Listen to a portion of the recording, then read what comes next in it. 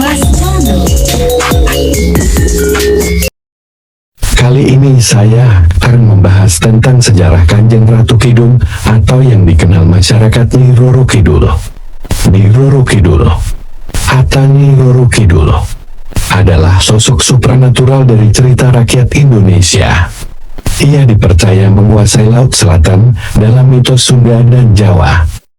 Dalam mitologi Jawa, Kanjeng Ratu Kidul merupakan ciptaan dari Dewa Kaping Telu yang mengisi alam kehidupan sebagai Dewi Padi dan Dewi Alam yang lain, sedangkan Nyi Roro Kidul mulanya merupakan putri kerajaan Sunda yang diusir ayahnya karena ulah ibu tiringnya. Dalam perkembangannya, masyarakat cenderung menyamakan Nyi Roro Kidul dengan Kanjeng Ratu Kidul, meskipun dalam kepercayaan kejawen, Nyi Roro Kidul adalah bawahan setia Kanjeng Ratu Kidul. Kedudukan Nyi Roro Kidul sebagai Ratu Lembut Tanah Jawa menjadi motif populer dalam cerita rakyat dan mitologi, selain juga dihubungkan dengan kecantikan putri-putri Jawa.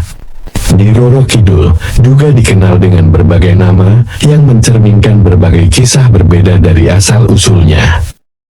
Legenda, mitologi, dan kisah turun-temurun, ia lazim dipanggil dengan nama Ratu Laut Selatan dan Gusti Kanjeng Ratu Kidul. Menurut adat istiadat Jawa, penggunaan gelar seperti Nyai, Kanjeng, dan Gusti untuk menyebutnya sangat penting demi kesopanan. Terkadang orang juga menyebut namanya sebagai Nyai Loro Kidul.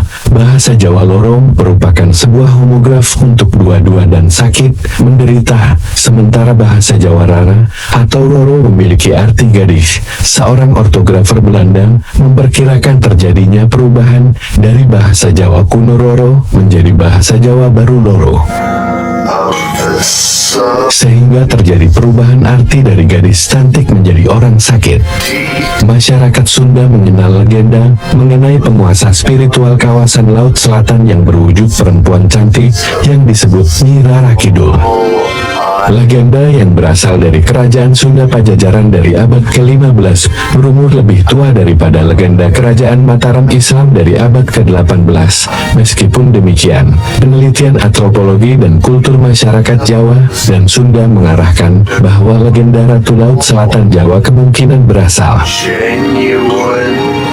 dari kepercayaan animistik prasejarah yang jauh lebih tua lagi. Dewi Prahindu Buddha dari Samudra Selatan, ombak Samudra Hindia yang ganas di pantai selatan Jawa, badai serta terkadang tsunami, kemungkinan telah membangkitkan rasa hormat serta takut terhadap kekuatan alam, yang kemudian dianggap sebagai alam spiritual para dewata serta lembut yang menghuni lautan selatan yang dipimpin oleh ratu mereka, sesosok dewi yang kemudian diidentifikasikan sebagai Ratu Kidul. Dewi Kadita.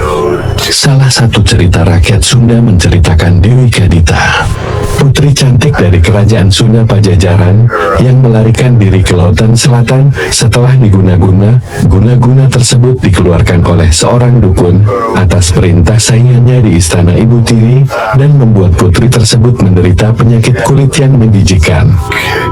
Ia mendapat bisikan gaib dari ibunya untuk melompat ke lautan yang berombak ganas dan kemudian ia menjadi sembuh serta kembali cantik. Para lembut kemudian mengangkatnya menjadi Ratu Lembut Laut Selatan yang legendaris. Versi yang serupa adalah Kandita, putri tunggal Raja Mumbing Wangi dari Galuh Pakuan. Karena kecantikannya, ia dijuluki Dewi Srengenge, Dewi Matahari. Meskipun mempunyai seorang putri yang cantik, Raja Mumbing Wangi bersedih karena ia tak memiliki seorang putra yang dapat menggantikannya sebagai raja. Raja kemudian menikah dengan Dewi Mutiara dan mendapatkan putra dari pernikahan tersebut. Dewi Mutiara ingin putranya dapat menjadi raja tanpa ada rintangan di kemudian hari, sehingga ia berusaha menyingkirkan Kandita. Dewi Mutiara menghadap raja dan memintanya untuk menyuruh Kandita pergi dari istana. Raja berkata bahwa ia tidak akan membiarkan siapapun yang ingin bertindak kasar pada putrinya. Mendengar jawaban itu, Dewi Mutiara tersenyum dan berkata manis sampai raja tidak marah lagi kepadanya. Keesokan harinya, sebelum matahari terbit, Dewi Mutiara mengutus pembantunya untuk memanggil seorang tukang tenun. Dia menyuruh sang dukun untuk meneluh Kandita. Pada malam harinya, tubuh Kandita gatal-gatal dipenuhi kudis, berbau busuk dan penuh bisul. Ia menangis tak tahu harus berbuat apa. Raja mengundang banyak tabib untuk menyembuhkan Kandita serta sadar bahwa penyakit tersebut tidak wajar, pasti berasal dari guna-guna. Dewi Mutiara memaksa sang raja untuk mengusir putrinya karena dianggap akan mendatangkan kesialan bagi seluruh kerajaan. Karena sang raja tidak menginginkan putrinya menjadi gunjingan di seluruh kerajaan, ia terpaksa menyetujui usulan Dewi Mutiara untuk mengasingkan putrinya dari kerajaan. Kandita pergi berkelana sendirian tanpa tujuan dan hampir tidak dapat menangis lagi. Ia tidak dendam kepada ibu tirinya, melainkan meminta agar Sang Hyang Karsa mendampinginya dalam menanggung penderitaan hampir 7 hari dan 7 malam. Akhirnya ia tiba di Samudra Selatan. Ia melompat dan berenang. Air Samudera Selatan melenyapkan bisulnya tanpa meninggalkan bekas, malah membuatnya semakin cantik. Ia memiliki kuasa atas Samudera Selatan dan menjadi seorang dewi yang disebut Nyi Roro Kidul yang hidup abadi. Kawasan pantai Palabuhan Ratu secara khusus dikaitkan dengan legenda ini. Putri Banyu Bening Gelang Kencana. Dalam salah satu cerita rakyat Sunda, Banyu Bening air jernih menjadi ratu dari kerajaan Joyo Kulon. Ia menderita lepra kemudian berkelana menuju selatan. Ia ditelan ombak yang besar dan menghilang ke dalam samudra. Itulah sejarah Kanjeng Ratu Kidul atau yang dikenal masyarakat Nyi Roro Kidul. Terima kasih sudah menonton video kami sampai selesai.